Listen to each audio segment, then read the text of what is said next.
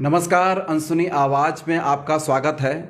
अध्यक्ष दर अध्यक्ष कहानी कांग्रेस की इस एपिसोड में बातचीत करने के लिए आज हमारे साथ मौजूद हैं राजनीतिक विशेषज्ञ जेवी सिंह साहब और यूथ कांग्रेस की प्रदेश प्रवक्ता सोफिया नाज जी और शिक्षक नाहिद रजा जी। हम बातचीत शुरुआत करेंगे सोफिया नाज साहब से, चूँकि आप कांग्रेस पार्टी का प्रतिनिधित्व करती हैं, यूथ कांग्रेस की लीडर हैं, प्रदेश प्रवक्ता हैं। नए अध्यक्ष आपको मिले हैं मल्लिकार्जुन साहब। क्या संभावनाएं कांग्रेस के भीतर देख रहे हैं पूरे देश भर के अंदर, जबकि एक तरफ राहुल गांधी भारत जोड़ो यात्रा निकाल रहे हैं और दूसरी तरफ कांग्रेस के सेंट्रल अध्यक्ष का चुनाव। इन दोनों ही घटनाक्रम से आप क्या संयोग और क्या सफलता, क्या आकांक्षाएं देख रही हैं? सबसे पहले तो मैं बधाई देना चाहूँगी सभी कांग्रेस पार्टी के लोगों को जी। नए अध्यक्ष उन्हें मिले हैं। और जहाँ तक बात है भारत जोड़ो यात्रा और इलेक्शन की, तो दोनों चीज़ें अलग हैं। देखिए, भारत जोड़ो यात्रा अभी शुरू हुई है, लोगों की भावनाएं उसके साथ जुड़ी हुई हैं। आप देख रहे होंगे जहाँ जहाँ राहुल जी जा रहे हैं वहाँ पे एक हुजूम उनके साथ निकल रहा है पूरा, जो एक पॉजिटिव वे में देखा जा रहा है, जो हमारी पार्टी के लिए और देश के लिए बहुत अच्छा संकेत है। और जो इलेक्शंस की बात है तो वो पूरी पार्टी ने एक साथ मिलकर इलेक्शन करा है। और आपने देखा होगा लोकतांत्रिक देश है, उसमें इलेक्शंस हुए हैं, वोटिंग के हिसाब से हुआ है, जो रिजल्ट्स हैं वो आपके सामने है। सिंह साहब, राजनीतिक परिदृश्य के हिसाब से देखा जाए, भीतरी लोकतंत्र की बात तो सोफिया जी ने भी कहा कि कांग्रेस का भीतरी लोकतंत्र है और उस लोकतंत्र के तहत इस पूरी चुनाव प्रक्रिया को संपन्न कराया गया है। और मल्लिकार्जुन खड़गे साहब चुनाव जीते हैं, भारी बहुमत से चुनाव जीते हैं। तकरीबन उनको 8000 वोट मिले हैं और जो शशि थरूर साहब हैं वो उनको 1000 वोटों पर संतोष करना पड़ा है। कांग्रेस को निश्चित तौर पे चर्चा परिचर्चा में बढ़त मिलेगी कि देखिए भाई, हमने तो लोकतांत्रिक तरीके से चुनाव कराया, क्योंकि किसी पार्टी में चुनाव हो नहीं रहा है जी। चाहे कांग्रेस हो, चाहे भारतीय जनता पार्टी बड़ी पार्टी है, या चाहे अन्य क्षेत्रीय दल हो। हर जगह चुनाव का एक तरीका है। जैसे केंद्रीय नेतृत्व जब बहुत मजबूत होता है तब कोई डर नहीं होता है, जिसको अध्यक्ष बनाना होता है एक सहमति से बना लिया जाता है या थोप दिया जाता है। किसी पार्टी का नाम हम नहीं ले रहे हैं, लेकिन क्योंकि कांग्रेस एक पुरानी पार्टी है और वो उसका एक तरह से पतन हुआ पिछले कुछ वर्षों में, और चुनाव का बड़ा दबाव था, विपक्ष का भी दबाव था कि भाई सोनिया गांधी जी पिछले मेरा ख्याल है 98 में अध्यक्ष बनी थी, सबसे लंबा अरसा था और सबसे कमज़ोर ये उसका काल भी है कांग्रेस पार्टी का। लेकिन मुख्य चीज़ क्या है कि भारत की जितनी राजनीतिक पार्टियां हैं, आंतरिक लोकतंत्र की बात करें तो आंतरिक लोकतंत्र तो कहीं नहीं है। मुझे लगता दो दल को कह सकते हैं हम, जो कांग्रेस के अलावा कम्युनिस्ट पार्टी के जो दो हैं वो, और उसके अलावा भारतीय जनता पार्टी, जहां पे ये है कि नए नए चेहरे वो लेके सामने आए। कांग्रेस भी आई, कांग्रेस में भी आज़ादी के बाद हमारे ख्याल से करीब 18 अध्यक्ष लगभग बने, जिसमें से 13 बाहर के लोग थे। 5 कांग्रेस परिवार, गांधी परिवार, नेहरू परिवार, जो भी रहा, और उसमें सबसे बड़ा कार्यकाल सोनिया जी का रहा। ये बड़ी चूक की हुई उसे। खैर, चुनाव उन्होंने कराया, वो एक अच्छा संकेत है और परिवार से बाहर। पूरे राजनीतिक दलों के लिए देश के अंदर जितनी भी राजनीतिक पार्टियां काम कर रही हैं, सुगबुगाहट थी कि चुनाव होने चाहिए और कहीं ना कहीं अनदेखी चुनाव की होती है। कांग्रेस ने इसकी शुरुआत की है। क्या महसूस कर रहे हैं कि जो और पार्टियां हैं, चाहे वो कम्युनिस्ट पार्टियां हों, चाहे भाजपा हो या अन्य दलों की बात हो, वहां पर भी इस तरीके की चीज़ें, इस तरीके की पहलकदमियां आप सामने आएंगी? भारत जो है बहुत बड़ी डेमोक्रेसी है। अगर हम इंटरनली डेमोक्रेसी स्ट्रॉन्ग करेंगे, देश रोबस्ट होगा, वाइब्रेंट होगा और बहुत ज़्यादा प्रोग्रेसिव होगा, ये सब लोग चाहते हैं। ये भारत के लोगों की बहुत ज़्यादा चाह थी कि कुछ चेंज आए, और चेंज खड़गे साहब के रूप में आया है। कर्नाटका के एक अच्छे स्टैब्लिश्ड लीडर हैं, और उनके सामने थरूर साहब थे जो कि चेंज की बात कर रहे थे, यूथ की बात कर रहे थे। और दोनों यहाँ पर मेरा मानना यह है कि कांग्रेस का जो रीऑर्गेनाइजेशन होगा उससे देश को बहुत ज़्यादा फायदा होने वाला है और सारे लोग खुश होंगे। और ये एक अच्छी प्रथा दोबारा शुरू हुई है और ये बहुत एक अच्छी प्रथा कायम की है, और दूसरे ऑर्गेनाइजेशंस को, दूसरी पार्टीज को भी ये सबक लेते हुए आगे चलना चाहिए, क्योंकि हमें देश को आगे बढ़ाना है। जब डेमोक्रेसी स्ट्रांग होगी तो देश आगे होगा, क्योंकि डेमोक्रेसी में क्या होता है बेसिकली कि लोगों की भावनाओं को, उनके जो ओपिनियन है उनको आवाज़ मिलती है, प्लेटफॉर्म बनते हैं, लोग पार्टिसिपेट करते हैं, और लोगों को ऐसा लगता है कि नहीं, ये परिवार ही नहीं, हम भी कुछ कह सकते हैं, हमारा भी पार्टिसिपेशन है और हमारी भी पूछ है और हमारा एक अस्तित्व, पहचान और सम्मान है। कांग्रेस पर सोफिया जी एक आरोप ये लगता रहा है कि वंशवाद की राजनीति रही है। अगर कांग्रेस अध्यक्षों की हम बात करें तो 1914 में गांधी जी का पदार्पण होता है भारतीय राजनीति में, स्वतंत्रता संग्राम में, और कांग्रेस पर उनका प्रभुत्व जमना शुरू होता है। तब से लेकर अब तक ये कहा गया है कि बिना गांधी परिवार की कृपा पात्र व्यक्तियों को अध्यक्ष पद से कभी नवाजा नहीं गया। क्या कहना चाहेंगे? देखिए, सबसे पहले तो मैं बात करूंगी, जैसे अभी कहा है परिवारवाद, आप भी उसको कह रहे हैं जी। अगर आप कांग्रेस के इतिहास की बात कर रहे हैं, जैसे आपने कहा है, ये आज हमारा टॉपिक ही है अध्यक्ष दर अध्यक्ष कांग्रेस का इतिहास, कहानी कांग्रेस की जी। तो आप उसके इतिहास को 1998 से ही क्यों देख रहे हैं? आप उठा के देखिए ना, जब से कांग्रेस बनी है तब से अब तक आप देखिए कितने उसके अध्यक्ष रहे हैं, और सारे के सारे ऐसे ऐसे अध्यक्ष रहे हैं जो बहुत बड़ी महान हस्तियां रहे हैं, जिनको अपोजिट पार्टी, मैं पार्टी का नाम नहीं लूंगी, अपोजिट पार्टी जाके जिनको नमन करती हैं, जिनको सर झुकाती हैं, चाहे वो राजेंद्र प्रसाद जी हो, चाहे सुभाष चंद्र बोस जी हो, और ऐसी ऐसी महान हस्तियां रही हैं। और परिवारवाद की जहां तक बात है, देखिए उसमें हर पार्टी में कहीं ये तो नहीं लिखा है कि भाई मतलब कॉन्स्टिट्यूशन ऑफ इंडिया में कहीं नहीं लिखा है कि इलेक्शंस होना है नहीं होना है, किसी पार्टी के लिए कुछ नहीं लिखा है, अनिवार्य नहीं है। और वहां पे निर्विरोध चुनाव भी होता है। अगर उन्होंने सोनिया गांधी जी को इतने लंबे टाइम तक उन्होंने अगर निर्विरोध चुन लिया तो उसमें मैं नहीं कहूंगी कुछ गलत करा है उन्होंने, जी बिल्कुल सही करा है, कुछ गलत नहीं है उसमें। जैसे सोफिया जी कह रही हैं कि कांग्रेस की एक परंपरा रही है और निश्चित तौर पर ये 88 में अध्यक्ष बने हैं, 88 अध्यक्ष हैं, और 62-63 लोग अध्यक्ष बने, रिपीट भी हुए, जैसे सोनिया गांधी रिपीट हुई हैं, और बहुत सारे लोग, नेहरू जी 3 बार रिपीट हुए हैं, आज़ाद भारत में प्रधानमंत्री भी रहे और जो है अध्यक्ष भी रहे हैं। तो ये सारे बड़े नाम भी हैं, इसके अलावा और बहुत सारे लोग नाम हैं। लेकिन सोफिया, एक चीज़ ये आती है कि इतने सारे नाम होने के बावजूद भी मोहम्मद अली जिन्ना जो 1920 तक कांग्रेस में रहे और कहीं ना कहीं गांधी जी से टकराते रहे, वो अध्यक्ष नहीं बन पाए। बाल गंगाधर तिलक, वो बड़े नेता थे कांग्रेस के, लेकिन अध्यक्ष नहीं बन पाए। बिपिन चंद्र पाल बड़े नेता थे लेकिन अध्यक्ष नहीं बन पाए। राम मनोहर लोहिया, जयप्रकाश नारायण तक भी, जो कि चोटी के नेता रहे, पर ये अध्यक्ष नहीं बन पाए, क्योंकि कहीं ना कहीं इन्होंने खान अब्दुल गफ्फार, जिनको सीमांत गांधी के नाम से जानते थे, ये भी कभी अध्यक्ष नहीं बन पाए, क्योंकि कहा यह जाता था कि कहीं ना कहीं गांधी या गांधी परिवार की ये लोग खिलाफत करते रहते थे। नहीं, ऐसा नहीं है। देखिए, उस समय क्या परिस्थितियां रही और अब क्या परिस्थिति रही, ना उस समय आप थे ना मैं थी उस समय क्या परिस्थितियां रही, उसके लिए हम स्पष्ट रूप से कुछ नहीं कह सकते।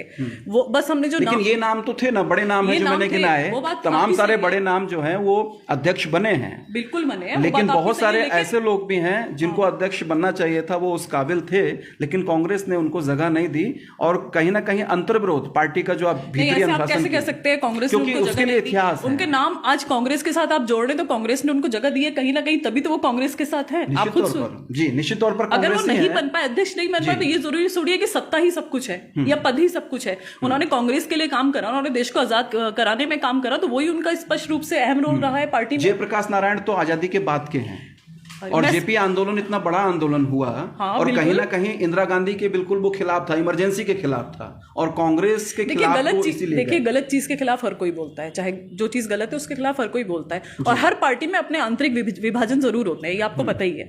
अब पार्टी में क्या रहा, कैसे रहा, क्या रहा, वो चीज ये लोग भी स्पष्ट रूप से जानते होंगे, हम लोग, आपने और हमने जो पढ़ा है सिर्फ हम उतना ही आपको बता सकते हैं। जी, आजादी से पहले देखिए, जब मैं बॉर्न हुई हूँ 1988 में बॉर्न हुई, उसके बाद का मैं आपको बता सकती हूँ। उससे पहले जो मैंने पढ़ा है वो सब किताबों में पढ़ा है, मैं उस समय तो थी नहीं।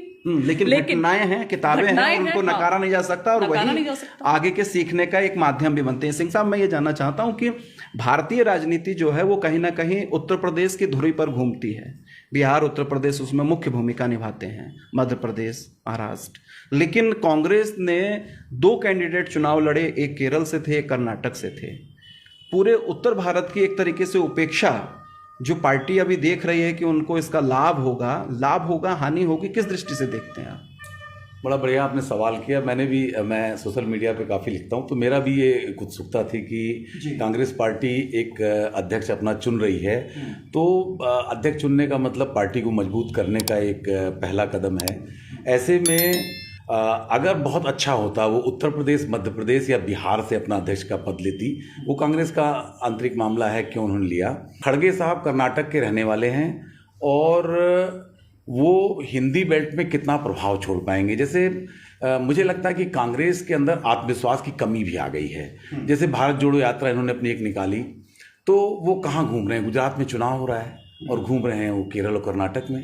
ये यात्राएं जनता से जोड़ती हैं। ये अच्छा कदम था राहुल गांधी जी का, उन्होंने विलंब से उठाया, लेकिन अगर ये और पहले से उठाना चाहिए था। और उठाना कहाँ चाहिए था? इसको जहाँ कमजोर हैं, अरे आप आइए पहले यहाँ उत्तर प्रदेश जहाँ आपकी जमीन थी, जो जमीन आपने खो दी, कह सकते हैं जहाँ आपको कोई नहीं सुन रहा है वहाँ आइए जोड़िए। ऐसे अध्यक्ष का चयन था, तो अध्यक्ष के चयन में अगर यहाँ से किसी चेहरे को उठाते तो निश्चित तौर पे होता है। जैसे आप देखें कि भारतीय जनता पार्टी ने एक नीति चली कि नरेंद्र मोदी को बनारस चुनाव लड़ाया, और ऐसे में आपने क्यों ये निर्णय लिया?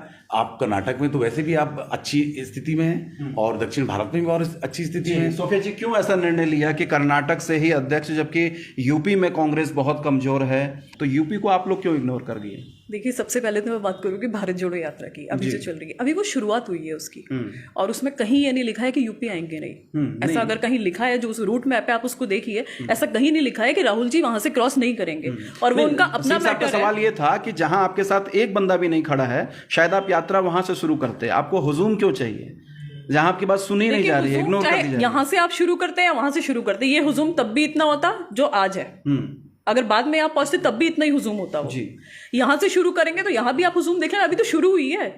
इसका मतलब अगर आप लोग अपोजिट पार्टी उसका विरोध करें तो कहीं ना कहीं वो घबरा गई है भारत जोड़ो यात्रा से। कर्नाटक से अध्यक्ष चुन लिया गया है, कर्नाटक से अध्यक्ष चुना गया है। यूपी की या पूरे उत्तर भारत की कहीं कोई उपेक्षा आपको महसूस नहीं होती? बिल्कुल नहीं, हमें किस बात की उपेक्षा महसूस होगी? आप खुद बताइए। ये तो एक हमारे लिए शुभ संकेत है, भारत जोड़ो यात्रा, उसका आप देखना हमें कितना उसका रिजल्ट मिलने वाला है। अभी आप एक बार यूपी में एंट्री तो करने दीजिए, आप खुद देखना उसको। हमारे लिए, कांग्रेस पार्टी के लिए, और मैं सिर्फ कांग्रेस पार्टी के लिए नहीं, मैं सिर्फ पूरी देश के लिए कहूंगी, उसका बहुत ही अहम रोल रहेगा इसका। जैसे हम लोग, हमारा देश आजकल जाति धर्म हर चीज में बटा हुआ है।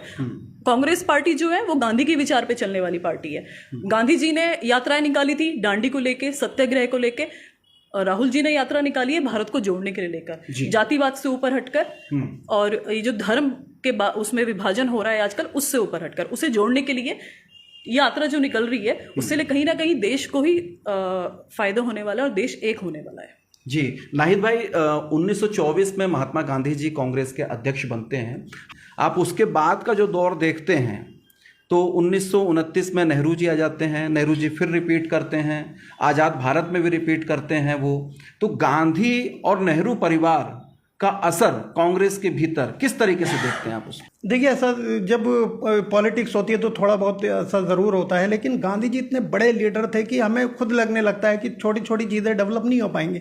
इसी तरह से जो नेहरू जी थे, नेहरू जी का जो आर्टिकुलेशन था, ओरेटरी थी, और जो एक अपील थी, दैट वाज आउटस्टैंडिंग। बहुत अच्छी अपील थी। वो वर्ल्ड के इतिहास को समझते थे, भारतीय इतिहास को समझते थे। हालांकि उन्होंने जी पुरुषोत्तम साहब को, उनका जो कैंडिडेट कृपलानी साहब थे, वो पुरुषोत्तम साहब से हार गए थे। वो ठीक है, उन्होंने फिर उनको साइडलाइन करने की कोशिश करी, तो गलतियां तो हुई हैं, ठीक है, लेकिन जो उनका एस्टेब्लिशमेंट था, जो उन्होंने इंस्टीट्यूशंस बनाए, जो उन्होंने डिलीवरी दी, उसको लोग भूल नहीं पाए। और उन चीज़ों का फायदा फिर आगे आने वाले कांग्रेस को भी मिला। लेकिन कांग्रेस को धीरे धीरे जब इमरजेंसी लागू हुई तो लोगों ने विड्रॉ किया, जो लोगों का परसेप्शन था थोड़ा सा चेंज हुआ। सिंह साहब, देखने में आता है, इमरजेंसी की बात कही कि इमरजेंसी के बाद से, खासतौर पे इंदिरा गांधी जी के हस्तक्षेप से, पार्टी कहीं सरकार पर हावी हो गई। इंदिरा जी की राजनीति केंद्रीकृत राजनीति थी और उनके समय कांग्रेस को निश्चित तौर पर नुकसान हुआ। मेरा सवाल यही है कि कांग्रेस की अध्यक्ष भी आप होंगी, देश की प्रधानमंत्री भी आप होंगी, दो बड़ी जिम्मेदारियां हैं। अगर आप सत्तासीन पार्टी हैं और पार्टी के अध्यक्ष पद का भी काम आप संभाल रहे हैं और देश के प्रधानमंत्री का काम भी आप संभाल रहे हैं, तो ये अपने आप में विरोधाभास नहीं है? ये कहीं नहीं दिखाता कि साहब जो प्रधानमंत्री होगा वही अध्यक्ष होगा, जो अध्यक्ष होगा वही प्रधानमंत्री होगा? हाँ, ये ऐसा नहीं होना चाहिए, और ऐसा हुआ कांग्रेस काल में, चाहे नेहरू जी के समय में रहा हो, चाहे उसके बाद इंदिरा जी के समय में रहा हो, चाहे राजीव जी के समय में रहा हो, या इधर सोनिया जी तो खैर नहीं बनी, उन्होंने प्रधानमंत्री का नरसिम्हा राव के समय में भी पीवी नरसिम्हा राव साहब भी अध्यक्ष बने। तो ये बातें रहीं। लेकिन वो जो काल था नेहरू जी के काल तक जो समय था, वो राजनीति में काफ़ी उच्च मापदंडों का था। वो चाहे कोई दल रहे हों, जैसा अभी डॉक्टर साहब ने चर्चा करी कि पुरुषोत्तम दास टंडन जी को लेके, वो बड़ा जिक्र मैं भी पढ़ता हूँ उसको इतिहास में। तो पुरुषोत्तम दास टंडन जी से नेहरू जी का विरोध था और वो नहीं चाहते थे कि टंडन साहब अध्यक्ष बने, और उतने ताकतवर नेहरू साहब थे। टंडन साहब चुनाव लड़े, उनको पटेल साहब ने समर्थन किया, और जेबी कृपलानी साहब को नेहरू जी ने समर्थन किया, और चुनाव में बुरी तरह हार गए। उत्तर प्रदेश से वो और गुजरात से गायब हो गए, वो बहुत बुरी तरह हार गए जेबी कृपलानी साहब, जो उनके कैंडिडेट थे। लेकिन एक और मजेदार आपको बात बताऊं कि राजनीति का क्या मापदंड होता था। पुरुषोत्तम दास टंडन जी को उन्होंने भारत रत्न पुरस्कार दिया जी। पुरुषोत्तम दास टंडन जी को नेहरू जी ने भारत रत्न का पुरस्कार दिया अपने हाथों से। ये तो कांग्रेस की एक परंपरा भी रही है, अगर आप इसको देखें कि विपक्ष का सम्मान करना। अगर आप अंतरिम सरकार की बात करेंगे तो जो ध्रुव विरोधी हैं, श्यामा प्रसाद मुखर्जी को नेहरू जी ने अपने मंत्रिमंडल में शामिल किया, और अंबेडकर जिनसे कतई सहमति नहीं थी उनको अपने मंत्रिमंडल में शामिल किया। ऐसी घटनाएं कांग्रेस के व्यवहार में देखने को मिलती हैं। लेकिन हम आज पार्टी की बात कर रहे हैं, पार्टी अध्यक्ष की बात कर रहे हैं, और अध्यक्ष दर अध्यक्ष कहानी कांग्रेस की बात कर रहे हैं। तो कांग्रेस कहां कहां आकर अपने अंतर्विरोध में उलझती है, और कहां अध्यक्षों को कितनी स्वायत्तता है, और कितना वो रिमोट कंट्रोल के रूप में काम कर रहे होते हैं। सोफिया जी, देखिए, रिमोट कंट्रोल के रूप में सभी काम कर रहे हैं। आप बताइए कि मतलब कांग्रेस के लोग भी काम कर रहे हैं, मानती हैं ना? मुझे एक बात बताइए, आपके दूसरी पार्टी के लोग रिमोट कंट्रोल के रूप में काम नहीं कर रहे हैं? बताइए। बीजेपी तो खुद रिमोट कंट्रोल के रूप में काम कर रही है। मैं स्पष्ट साफ आपके खुले मंच से कह रही हूँ। सिंह साहब ने कहा कि भाई मोदी जी और क्या नाम जो है अमित शाह जी का चेहरा है, और उन्होंने जो स्थानीय या प्रदेश स्तर के लीडर हैं उनको खत्म कर दिया। सिंह साहब ने जैसे अभी कहा कि वो क्या नाम है, इंदिरा गांधी जी जो है वो लोकल के नेताओं को खा जाती थी, एक तरीके से वही कहना हुआ। ठीक है, तो अडवाणी जी की बात करिए आप। अडवाणी जी को कौन खा गया फिर?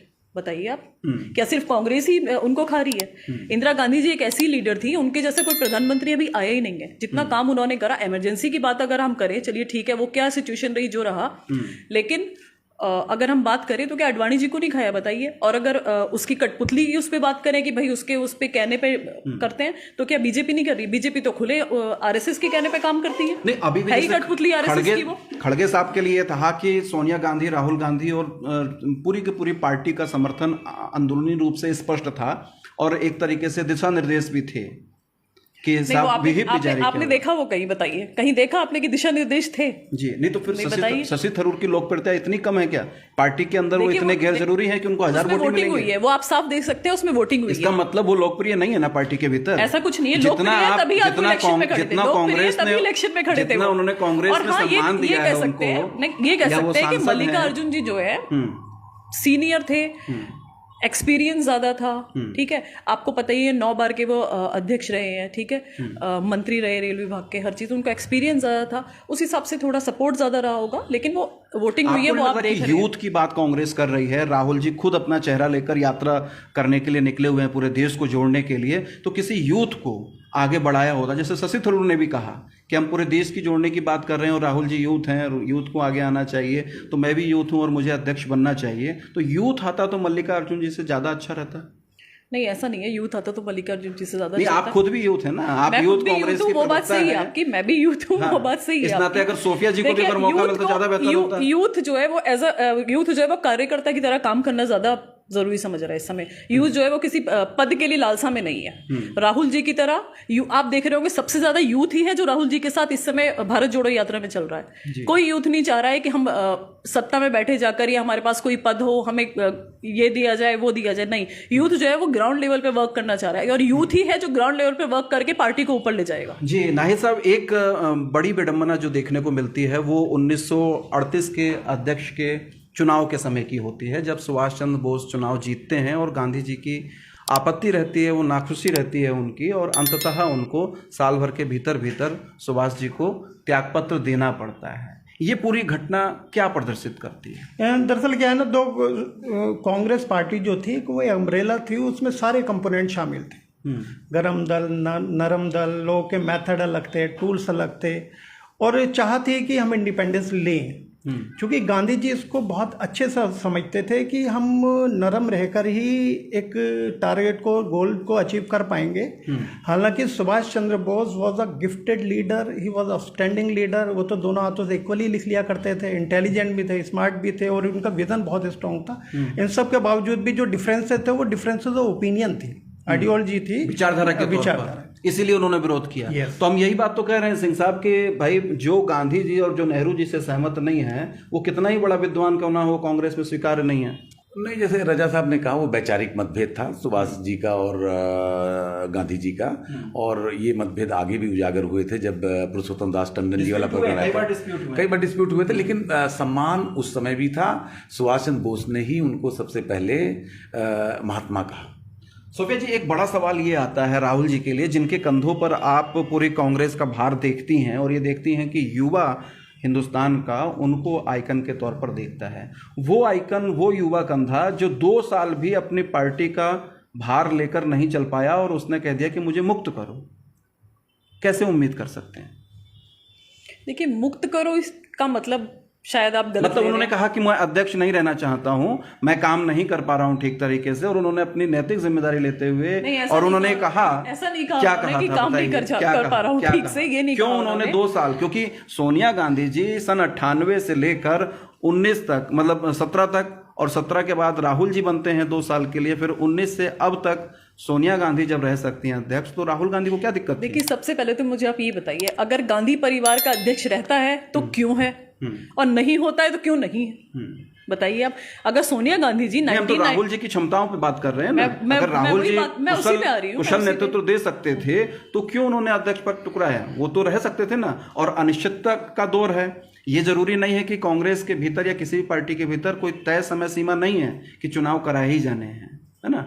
तो चुनाव तो राहुल गांधी जी के कहने के बाद कराए गए। तो राहुल जी अगर इतने सक्षम थे, शायद कांग्रेस पार्टी ही एक ऐसी है जो चुनाव कराती है और सबके सामने स्पष्ट रूप से है कि चुनाव हुआ है और पहले से कराती आई है। और अगर सोनिया गांधी जी भी 1998 से लेके 2017 तक रही हैं, अध्यक्ष रही हैं, फिर बाद में रही, वो राहुल जी के बाद वो रही, तो वो भी शायद इलेक्शंस के जरिए आई है या फिर उनका निर्विरोध उनका चुनाव हुआ। मतलब मेरा सीधा सवाल यही है ना सोफिया, कि जब कोई व्यक्ति पार्टी के अध्यक्ष होने के नाते जिम्मेदारी को ठीक तरीके से नहीं निभा पा रहा है या वो अक्षम साबित हो रहे हैं अपने आप से कहे अनुसार, तो वो पूरे देश का नेतृत्व कैसे कर सकते हैं? जब हम आप लोग खुद कहते हैं कि राहुल गांधी को प्रधानमंत्री होना चाहिए, तो कैसे? जो पार्टी का अध्यक्ष बन के कमान नहीं संभाल पा रहा, तो वो नहीं, ऐसा नहीं है कि 2019 से जब राहुल जी अध्यक्ष बने थे तो क्या पार्टी चली नहीं? बताइए, कहाँ क्या गलत काम हुआ? मुझे जाने की जरूरत क्या थी? वो उनका अपना डिसीजन है, वो उनका अपना डिसीजन रहा, उनको नहीं रहना होगा, उनका अपना डिसीजन रहा। वो किसी और को उन्होंने पद दिया, वो चाहे वो सोनिया गांधी जी को क्यों ना दिया हो, लेकिन किसी और के कंधे पर उन्होंने जिम्मेदारी दी, वो भी बात सही है। 2 साल उनका जो कार्यकाल रहा कोई गलत नहीं रहा, ना कोई उन्होंने कोई गलत डिसीजन रहा, वो आप देख सकते हैं। और जो आप युवा उसकी बात कर रहे हैं, तो युवा उनके साथ कितना चल रहा है वो आपके स्पष्ट रूप से भारत जोड़ो यात्रा उसका उदाहरण है। जी सिंह साहब, कहीं ना कहीं कांग्रेस की ये मजबूरी रही होगी, क्योंकि भाजपा बहुत आक्रामक होती है कि गांधी गांधी गांधी करके पूरा रट रखा है ना। तो कहीं उनको लगा कि साहब अब परिवार से अध्यक्षीय दीजिए, आउट करिए, और जब तक कोई दूसरा व्यक्ति नहीं आएगा हम सरवाइव नहीं कर पाएंगे। क्या इस चीज को समझ लिया कांग्रेस ने, तब ये निर्णय लिया गया? दबाव था, जैसे मैंने अपने पहले बार में कहा था कि कांग्रेस पार्टी पे दबाव था अध्यक्ष को, क्योंकि G23 एक बना इनका ग्रुप जिसने कहा कि चुनाव कराए जाएं, उसी समय सब निर्णय ले लिए जाने चाहिए थे। दूसरा, इनको जो प्रशांत किशोर जी के साथ जुड़े थे तो सब मीडिया में सब सामने आया था। प्रशांत किशोर जी ने कहा था कि आपके परिवार से एक अलग अध्यक्ष होना चाहिए। तो ये अगर पार्टी ने निर्णय लिया तो अच्छा है, मैंने उसकी सराहना करी है कि ये और पार्टियों को भी इससे दबाव बनेगा कि भाई ठीक है, आप औपचारिकता सब जानते हैं कि वही अध्यक्ष बनेगा जिसको सत्ता के शीर्ष लोग चाहेंगे, और खड़गे साहब को चाहा और थरूर साहब को बनाते तो महिलाओं में थोड़ी सी और उनकी लोकप्रियता बढ़ती। काफ़ी लोकप्रिय भी है थरूर साहब, लेकिन इस पर ध्यान शायद नहीं दिया पार्टी ने। महिलाओं पर व्यंग्य क्यों? नहीं, महिलाओं में लोकप्रिय है। आपने अक्सर देखा होगा उनको कि उनके जब कुछ फोटोग्राफ्स वगैरह आते हैं तो महिलाओं में लोकप्रियता के कारण आते हैं। होता है, कई लोग ज्यादा पुरुषों में लोकप्रिय। देखिए, महिलाओं में लोकप्रिय क्या बीजेपी के नेता नहीं है महिलाओं में लोकप्रिय? हमारे पास तो ऐसे फोटोज, ऐसे वीडियोज अगर अभी दिखा दी जाए तो उनको शायद निकाल देंगे पार्टी से, लेकिन पार्टी नहीं निकालती है। इतना बड़ा कांड हो गया, यहाँ पर बलात्कार हुआ, लड़के के साथ उसको मार दिया गया, क्या वो महिला नहीं थी? किसके थे वो बताइए आप? महिलाओं पे व्यंग करना किस बात का, बताइए आप खुद सोचिए। उत्तराखंड का सीधा ये कहना है कि वो महिलाओं में भी ज्यादा प्रिय है, मतलब ज्यादा नहीं, वो अपनी सोच है, अपनी सोच है, महिलाओं में ज्यादा फेमस है। मेरा कहना था महिलाओं में लोकप्रियता ज्यादा थी और भाजपा भी महिलाओं पे काफी फोकस करती है। लेकिन जो वोट देने वाले होंगे पैनल में, वो पोलित ब्यूरो में कांग्रेस के या जो भी इनका सांगठनिक ढांचा होता है प्रदेश या सेंट्रल स्तर पर, वोट देने वाले महिलाओं की तादाद तो बहुत कम है ना, संख्या कम है। नहीं, ऐसा नहीं है। देखिए क्या है, 33% आरक्षण नहीं है सर। 33% नहीं, आरक्षण के विषय को छोड़ दिया जाए तो महिलाओं का बड़ा रोल होता है भाई। आप कैसे कह सकते हैं कि आप घर में मैं महिलाओं के रोल को नहीं नकार रहा हूं, लेकिन इस बार भी जो टोटल मतदाता थे उसमें 33% महिलाएं कांग्रेस में भी वोट डालने वाली नहीं थी सोफिया। हाँ नहीं थी, ये बात सही है। तो वो अब मैं पूछना चाह रही हूँ ना, इधर वो 1000 वोट जो पड़ा तो महिलाएं फिर कहाँ से आ गई? महिलाओं में लोकप्रिय थे तो आदमियों ने डाले हैं वो तो वोट फिर बताइए अब आप खुद। लेकिन आप खुद एक महिला हैं, महिला होने के नाते जो भीतरी लोकतंत्र की हम बात कर रहे हैं, और कांग्रेस भी ये डिमांड करती रही है, हालांकि अपने शासनकाल में कभी उन्होंने 33% आरक्षण को महिलाओं के लिए लागू नहीं किया, तो पार्टी के भीतर तो कम से कम महिलाओं को इस लेवल पे लाया जा सकता था कि 33% मताधिकार उनको दिया जाता। देखिए ऐसा नहीं है, ऐसा आपको लग रहा है। महिलाएं, बहुत महिलाओं को आगे करा हुआ है। तो हमारी पार्टी के अध्यक्ष ही सोनिया गांधी जी हैं, महिला हैं। तब भी 33% लोग नहीं है महिलाएं। 33% देखिए जितना कहा जाता है सब जगह नहीं मिलता है। अब गवर्नमेंट, हमारी सरकार क्या क्या कहती है, आप खुद सोचिए कि इतना रोजगार हम दे देंगे, इतना रोजगार दे रही है। तो आप भी गलत करेंगे ऐसा तो नहीं है ना? सरकार गलत कर रही है तो ठीक है, आप विरोध करेंगे। अगर मैं अपनी विधानसभा की बात करूं तो यहीं पे मीना शर्मा जी जो है वो कांग्रेस की कैंडिडेट रही है, क्या वो महिला नहीं है? बताइए। ठीक है सर, 137 साल पुरानी ना हिस्सा पार्टी कांग्रेस है। एक लंबा सफ़र होता है और कहते हैं कि सफ़र चलते चलते भी आदमी हांफने भी लगता है। तो अभी की जो स्थिति पूरी है, एक तो भाजपा हावी है पूरी तरीके से, और कांग्रेस की जो स्थितियां हैं, तो हांफने वाली स्थिति तो नहीं है पार्टी के लिए कि कोई भी अब डिसीजन ले लिए जा रहे हैं। दरअसल हुआ ये कि ना, जो मनमोहन सिंह जी ने गवर्नमेंट चलाई, जो सेकंड टर्म रहा उसमें जो 2G और थोड़े करप्शन चार्जेस, और जो स्पोर्ट्स में भी करप्शन चार्जेस, फिर अन्ना का जो मूवमेंट था बहुत स्ट्रांग मूवमेंट था, वो लोग भुला नहीं पाए, उसको लोगों ने याद रखा, इसलिए कांग्रेस को उन्होंने बाहर कर दिया। पर उसके बाद ये है कि कांग्रेस ने जो अच्छे काम किए, दोनों टर्म में अच्छे काम हुए, लेकिन उसको जो है एडवर्टाइज नहीं कर पाए, लोगों तक धरातल पर नहीं लेकर आ पाए, और लोगों को अपील नहीं कर पाए, इसलिए कांग्रेस को साइड में होना पड़ा। और सोनिया गांधी जी एक बहुत लंबे समय तक अध्यक्षा रहीं, तो अगर प्रणब जी को थोड़ी सी जिम्मेदारी मिल जाती, या फिर थोड़े से और जो सीनियर लोग थे, कॉम्पिटेंट लोग थे, उनको जिम्मेदारी मिल जाती, तो शायद रुख कुछ और होता। जी, कांग्रेसी नेताओं को मोबिलाइज करने के, चाहे वो एनडी तिवारी जी हों, चाहे वो प्रणब मुखर्जी हों, काम तो वो फिर भाजपा ने किया, और भी बहुत सारे नेता हैं। ये कांग्रेस से चूक हुई और कांग्रेस का एक कमज़ोर पक्ष रहा, उसको अन्य दलों ने उठाया। जैसे मेरी भी अक्सर चर्चा होती है, तो कांग्रेस के मित्र कहते हैं कि भाजपा के लोगों का एक ही काम है, नेहरू नेहरू नेहरू करते रहते हैं। मैंने कहा भाई देखो, भाजपा तो नेहरू कितना करती नहीं करती है, भाजपा नेहरू के अलावा जितने कांग्रेस के लीडर हैं, चाहे पटेल से उठा के, और जैसे डॉक्टर साहब ने कहा प्रणब मुखर्जी हो, या जैसे आपने चर्चा करी, उन नेताओं को वो कैसे करना चाहती है। लाल बहादुर शास्त्री हो गए, डॉक्टर राजेंद्र प्रसाद हो गए, पुरुषोत्तम टंडन जी हो गए। तो अब ये चीज़ कांग्रेस भी इसको सोच रही है, इससे प्रभाव पड़ा है, और उस परिवार से कहीं ना, कब तक कोई परिवार कहाँ तक चलेगा, उसको भी निकलना पड़ेगा बाहर। डॉक्टर साहब ने बड़ी बढ़िया बात कही कि जो एक लंबा काल, जैसे मैंने पहले भी कहा था, सोनिया जी का बीता, और सोनिया जी के कहीं ना कहीं मन में असुरक्षा रही कि अगर किसी बाहर के आदमी को अध्यक्ष बना दिया तो ऐसा ना हो कि पार्टी पे नरसिम्हा राव और महावीर प्रसाद जैसी स्थिति आ जाए, इसलिए वो लोग अध्यक्ष का निर्णय नहीं ले पाए, जबकि बहुत योग्य उस समय लोग थे। और ऐसे जैसे मैं मानता हूँ कि डॉक्टर गुलाम नबी आज़ाद साहब थे, मैं उनको काफ़ी पसंद भी करता हूँ व्यक्तिगत रूप से, और काफ़ी सुलझे हुए भी थे। आखिर आपने चुनाव कराया कि नहीं कराया? यही तो कह रहे थे गुलाम नबी आज़ाद साहब की, चुनाव करा लीजिए। तो ये चुनाव उनके रहते क्यों जाते भाई? आप देखिए क्या करती भारतीय जनता पार्टी की राजनीति को देखिए आप, वो अपने को जितना मजबूत करती है उतना दूसरे को कमजोर भी करती है। वो दो रणनीति पे चुनाव लड़ रही है, आप इसको समझने का प्रयास करिए, अपने लोगों को जाने मत दीजिए भाई। उनका कांग्रेस रणनीति नहीं समझ पा रही भाजपा की, अपने आप को मजबूत करो और सामने वाले विपक्ष को कमजोर करो। तो कांग्रेस कहीं समझ नहीं पा रही अपनी रणनीति, अपनी स्ट्रेटेजी जो है वो बदल नहीं पा रही। नहीं, ऐसा नहीं है, बदल नहीं पा रही है रणनीति। हर पार्टी, अभी इलेक्शंस कराया था कि ये कुछ चेंज नहीं है, बताइए इससे क्या चेंज नहीं आएगा पार्टी में? बहुत चेंज आएगा, लोगों की विचारधारा में चेंज आएगा। और बीजेपी की रणनीति को हमें समझना भी नहीं है, जो उसकी रणनीति है विभाजन, लोग तो समझ विभाजन करो, जातिवाद पे खेलो। बीजेपी को वोट तो दे ही रहे हैं ना, वोट आपको लोगों के बीच में तो समझाना ही पड़ेगा ना, लोगों के बीच में तो करना पड़ेगा। देखिए लोगों के बीच में समझा रहे हैं लोग, जो है अपने आप खुद समझ जाएंगे। अभी आप देखना कितने चेंजेस आने वाले हैं, और ऐसा नहीं है, बहुत चेंजेस आ रहे हैं। आज सबसे ज्यादा युवा सड़कों पर है। युवा इस चीज को समझ चुका है कि कौन उनके लिए सही है, कौन गलत है। आप खुद देख सकते हैं, उत्तराखंड के उदाहरण आप ले लीजिए, कितने युवा सड़क पे थे, कितना विरोध हुआ है पार्टी का। आप देखिए बीजेपी का कितना विरोध हुआ है। सिंह साहब, एक आखिरी सवाल मैं आपसे लूंगा। एक तरफ अमित शाह जी हैं, जो बड़ी पार्टी है, सत्तारूढ़ पार्टी है, अध्यक्ष हैं, और दूसरी जो मुख्य विपक्षी पार्टी है, अब वो खड़गे साहब अध्यक्ष हैं। उसके दो अध्यक्ष आमने सामने हैं और 24 का चुनाव है। क्या कुछ रणनीति बनेगी और क्या कुछ सिनेरियो में बदलाव आप महसूस कर रहे हैं? देखिए, पार्टी इस समय भारतीय जनता पार्टी उभरी हुई पार्टी और सत्ता के काफ़ी मजबूती से उसने पकड़ बनाई है। उसकी रणनीति भी है, उसके पास कार्यकर्ता भी हैं। और कांग्रेस इस समय, क्योंकि हर पार्टी या हर परिवार या हर औद्योगिक घराने का एक समय आता है, ऊपर जाते हैं फिर नीचे आते हैं, तो ये एक संक्रमण काल से गुजर रही है कांग्रेस पार्टी। और कांग्रेस के लोगों को ये चीज़ें समझना पड़ेगी। मैं एक चीज़ पे बहुत चर्चा करता हूँ कि भारत तोड़ रहे हैं, जोड़ रहे हैं, ये सब चीज़ें बेकार हैं भाई। जब आपको वोट नहीं मिल रहा है, बहुमत, तो विषय को बदलिए। आप किस विषय पे आना चाहते हैं?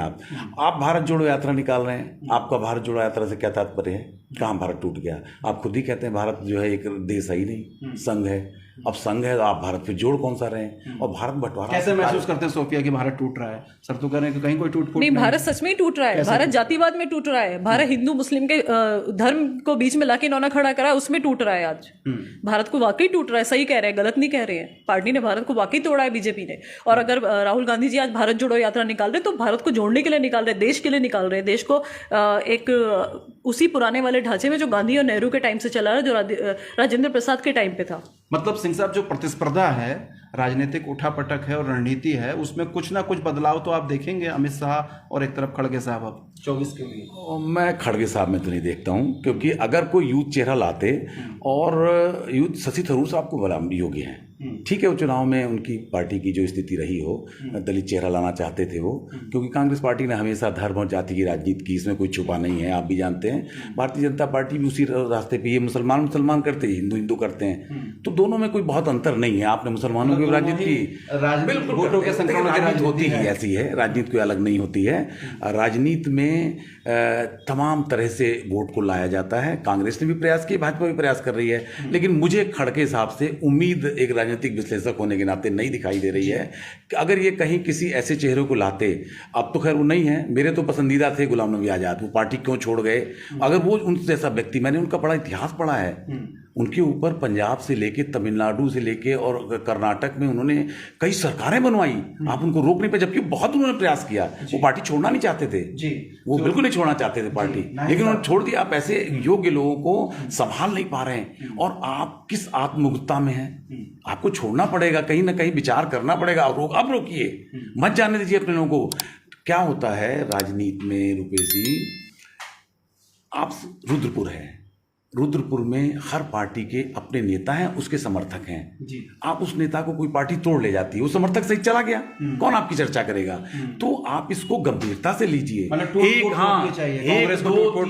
लगातार अगर ये चीजें हो रही नहीं जी, 137 साल हो गए कांग्रेस के लिए, और जो ये परंपरा अभी 24 साल बाद शुरू हुई है चुनाव की, तो इस चुनाव की पूरी प्रक्रिया से कांग्रेस को आगे क्या सबक लेना चाहिए, या अन्य दलों को क्या संकेत महसूस करना चाहिए? देखिए, प्रक्रिया तो बहुत ज़्यादा अच्छी थी, बहुत ज़्यादा रोबस्ट थी, इसलिए इम्पार्शियल इलेक्शन हो पाया।